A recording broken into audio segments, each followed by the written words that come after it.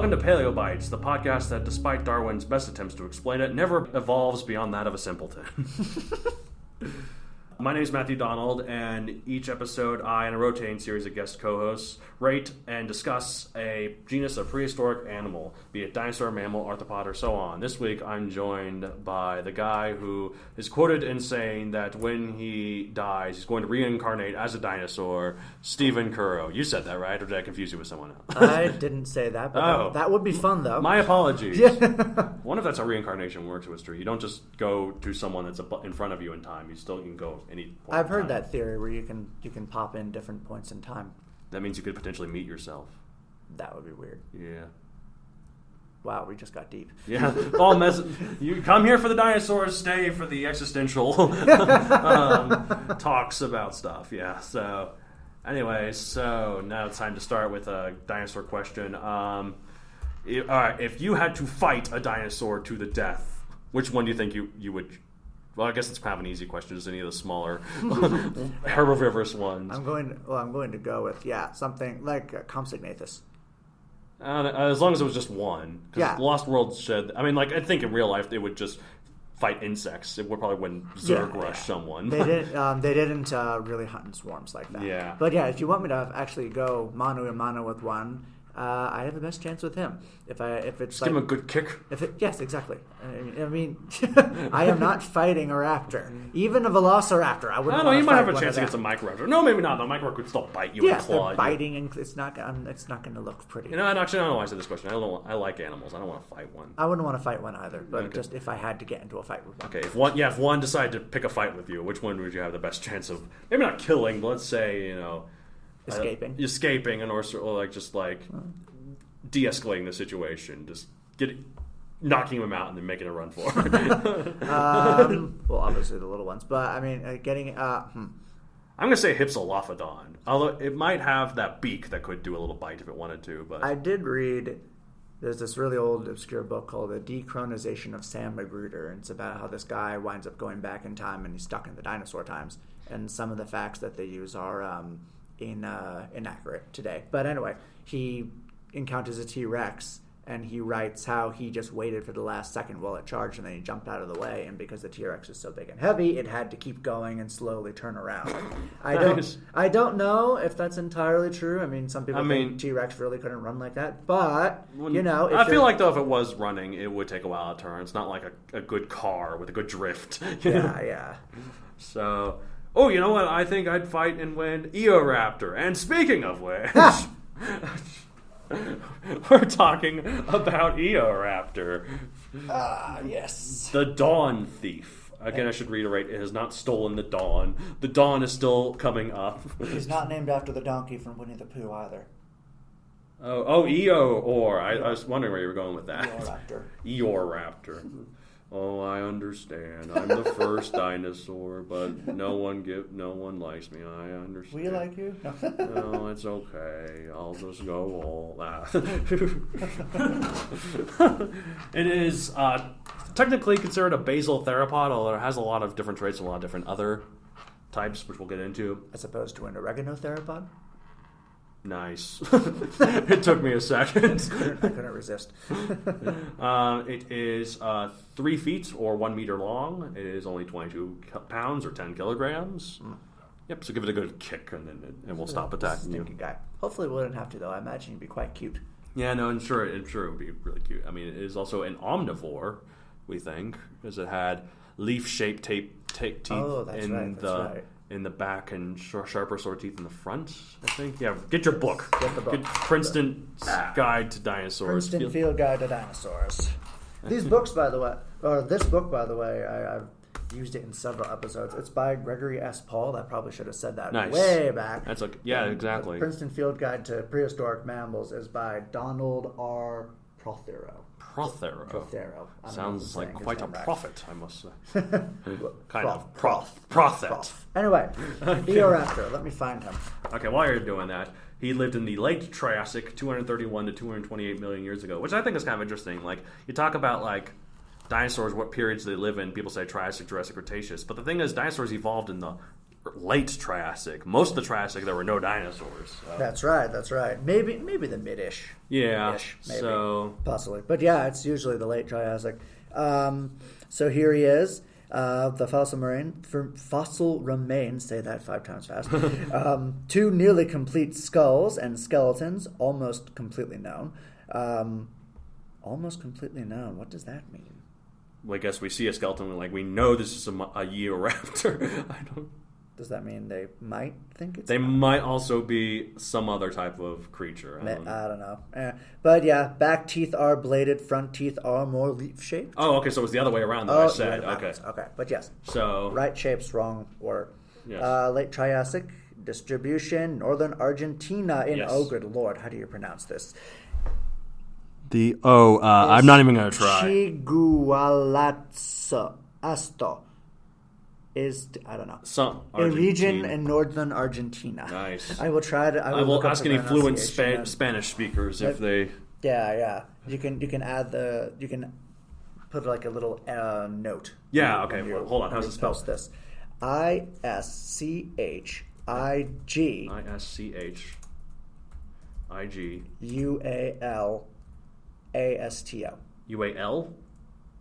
Yes. STO. UALASTO. ASTO. Okay. I have it in my notes. Istanbul, Constantinople. That's not what it sounds like, but maybe think of it. Lived in seasonally well-watered forests, including dense strands of giant conifers, probably omnivorous. Yes. And it says, as a special note, one of the most, if not the most, primitive dinosaurs. Yes.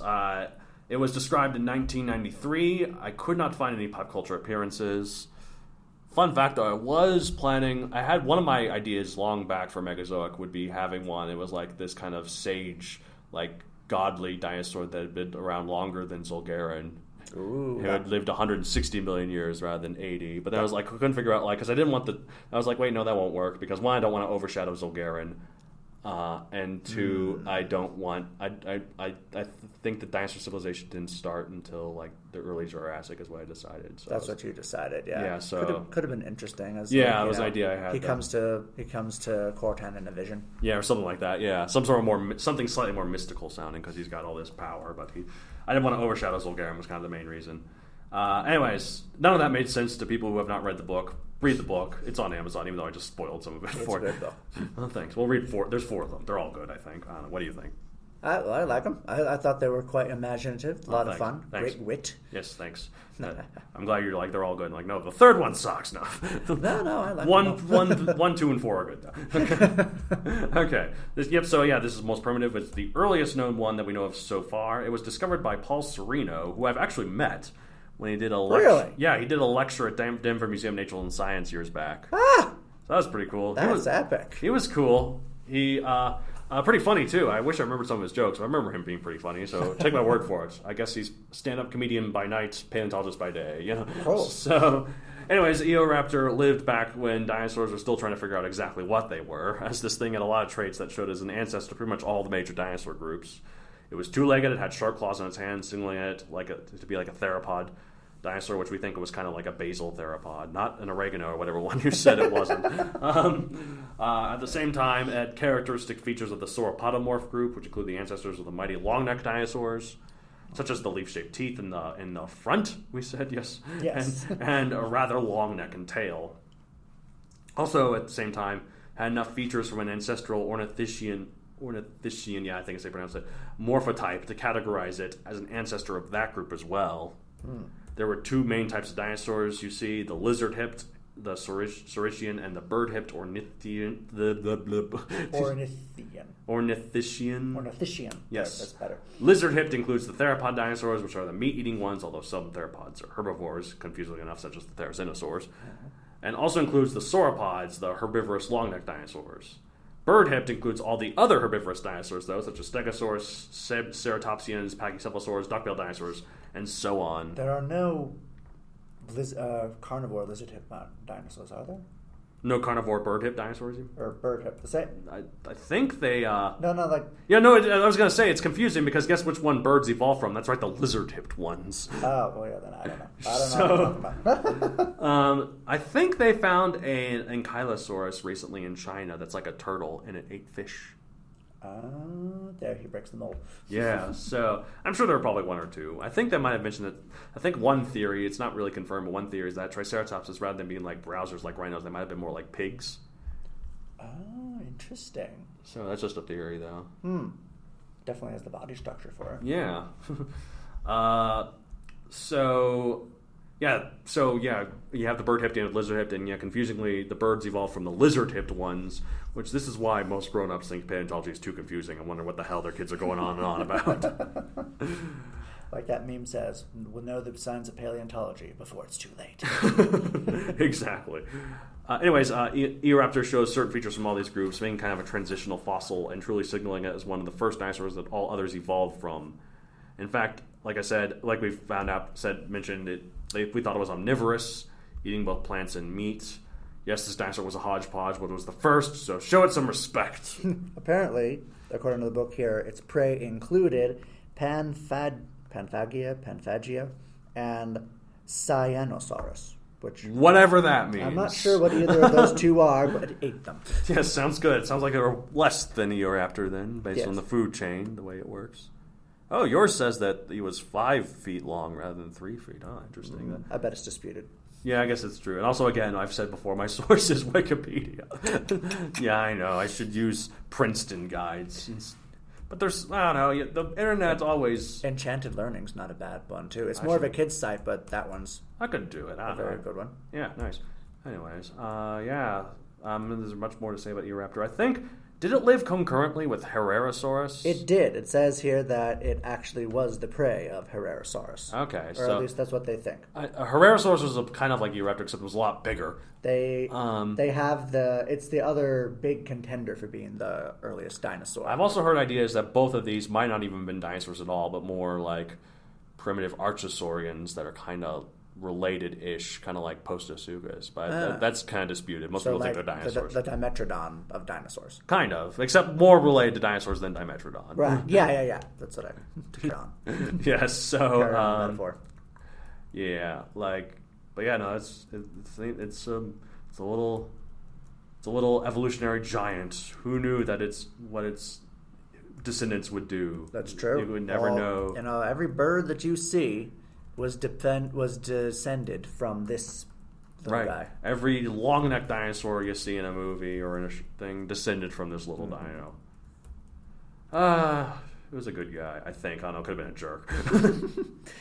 I mean, we know it was depressed based on Eeyore, Well, we can't hold that against him. Yeah, I guess that's true. There's nothing wrong with being depressed. Just get help, When people will be there to help you. Wow, this is getting existential and like philanthropic. That's not the word. Philanthropic. Yeah, philanthropic. I was going to say psychiatric. Psychiatric, yes. Okay. I don't know. So we're going to rate it as we always do, in everyone's favorite part of the show, maybe. We don't know, but I'm assuming it is. We rate it 1 out of 65 million. I'm going to give it, other than it being the first one out of all of them, I'm going to give it like a 10 million. It's nothing really else exciting about it. Yeah, I'll give it 15. 15 mil. Yeah. Sorry, I know we should respect the elders, but Eoraptor. Aside from being the very first, which is really cool, he's not entirely remarkable. I guess it's cool that he's like a mix of all the different ones. And he's kind of like omnivorous too. That's kind of rare for a dinosaur. That's a good point. Okay. Fine, I'll give him 18 million. Yeah, I'll give him 15 million. We're easily convinced to there you go. Get things up. All right, so that's it for this week. All right, so if you want to get a hold of the show, you can email us at mattd@matthewdolanCreator.com, and you can find me on social media at MatthewDolanCreator on Facebook, at MatthewDolan64 on Twitter, and MatthewDolan64 on Instagram. If you want to contact any of the co-hosts about other questions, you can. It doesn't have to be just me. It can also be Stephen here. Uh-huh. Yes. Last time we talked, we went on an extensive rant about another dinosaur. You should go listen to it. That was fun. So, well, you could still be like, why did you do that? Do you think you think the listeners will let that go? Yeah, for questions, comments, or concerns. Quite the concerns after that one. Anyways, if you're interested in writing, then you should listen to my other podcast, The Ritwit, where two twits talk about writing. Which two twits? I don't know. Some people I know. Neither of them are me. Actually, no, one of them is me. I would hope one of them is you. Yeah, so it is my other podcast. No, I just produce it. I'm such a big producer kind of. Oh, you're in the money now. Yeah. I'm a mogul. I'm a real mogul. Obviously. No, I'm in it, and I'm in it with some guy. No, he's my best friend. I don't want to keep sidelining him. Now he's my best friend. Anyways, if you want to read dinosaur sci-fi, guess what? I wrote one. It's called Megazoic, and it's available on Amazon for print and Kindle. If you want to support my work, just give it a buy, give it a review. I've heard people say it's okay, so why not? What do you have to lose? No, it's pretty good, folks. I'm really. a good salesman. It's very imaginative, and one thing I like is that it's one of the few young adult series that doesn't focus on a relationship as part of the plot. I mean, yes. there are relationships. There are relationships, but the main character, spoiler alert, I guess, he begins and ends the series single. He loves his work. Yes, he's married to his job. So, yeah, and actually, I kind of mentioned some other things about it earlier on about the Eoraptor. That's okay. I'm glad you didn't have a love triangle in it. Oh. I mean, it can be good to have a love triangle once in a while, but it's mandatory to have a love triangle. I kind of did. It was very, very brief. Well, at the very beginning, Cortan mentioned that he had a bit of a crush on Quinn, but it was dropped very quickly. Well, that wasn't really a love triangle. That was just like, oh, I like him. But no, you're better fit for my friend. So, anyways.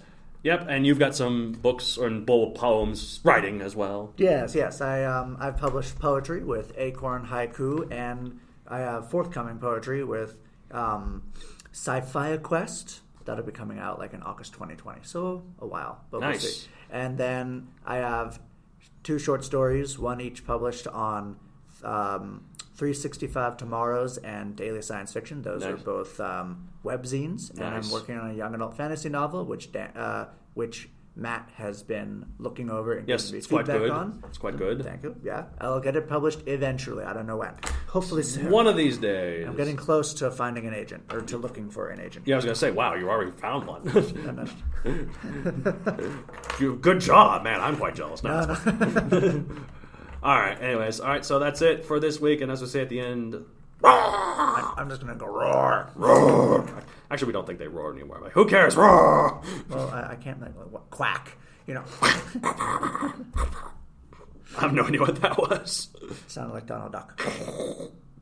On acid. Donald Duck on acid.